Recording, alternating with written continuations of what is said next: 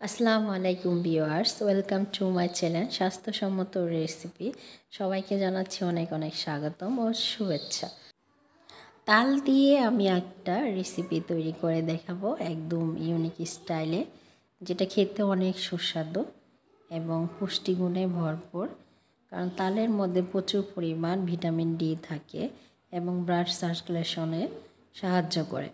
তো তালটা আমি এখানে গোলাটা বের করে নিয়েছি হচ্ছে চাল, এইভাবে লাল করে ভেজে নিতে হবে। ভেজে গুঁড়ো করে নিয়েছি চালের গুঁড়ো। এখানে নিয়েছি পরিমাণ মতো চিনি, নারিকেল, নিয়েছি তাল, কিশমিশ এবং 2 লিটার দুধকে আমি একটু ঘন করে জাল করে 1 লিটার পরিমাণ করে নিয়েছি। এখন একটা পাত্রের মধ্যে তালটা ঠিক 5 থেকে 10 মিনিটের মতো এভাবে নেড়ে চেড়ে তালের গায়ে যে পানিটা থাকে সেটা শুকিয়ে নিলাম। এখন দিয়ে দিব চিনি। চিনি এখানে যার যার স্বাদ মতো ব্যবহার করতে পারেন।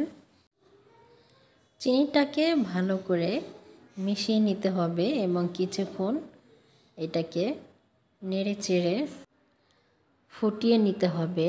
যখন এরকম ফুটে আসবে ঠিক সেই পর্যায়ে এখানে দিয়ে দেব ঘন করে রাখা ফুল ক্রিম মিল্ক।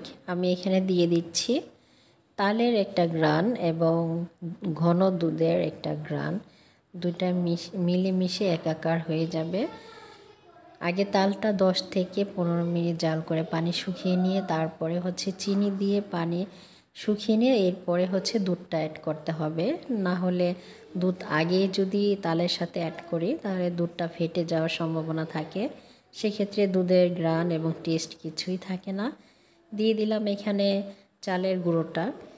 এটা চাল ভেজে বেটে গুঁড়ো করে নিয়েছি। তো এটা দিলে এটার সাথে তাল, দুধ এবং চালের গুঁড়োর যে একটা ফ্লেভার আসে সেটা খুবই সুন্দর। এটা যে একবার খায় সেই বুঝতে পারে যে আসলে এটা কি খেলাম। তো এখানে দিয়ে দিচ্ছি নারিকেল গুঁড়ো।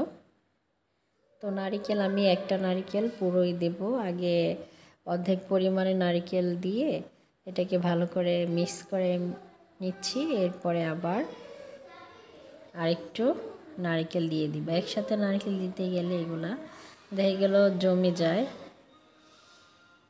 দলা পাকিয়ে যায়। এর জন্য অল্প অল্প করেই এটা দিতে হবে। যাদের প্রচুর পরিমাণ গ্যাসের সমস্যা এবং কনস্টিপেশন এবং ব্লাড সার্কুলেশনের যত প্রকার সমস্যা আছে সব কয়টাই সমাধান করে এ তাল। আমার রেসিপিটা ভালো লাগলে আমার চ্যানেলটাকে সাবস্ক্রাইব করবেন। সবাই ভালো থাকবেন, সুস্থ থাকবেন। আল্লাহ হাফেজ। আর হ্যাঁ, অবশ্যই তালের সিজনে তাল খাবেন, সেটা হোক তালের পিঠা আর সেটা হোক তালের এইভাবে ক্ষীর রান্না।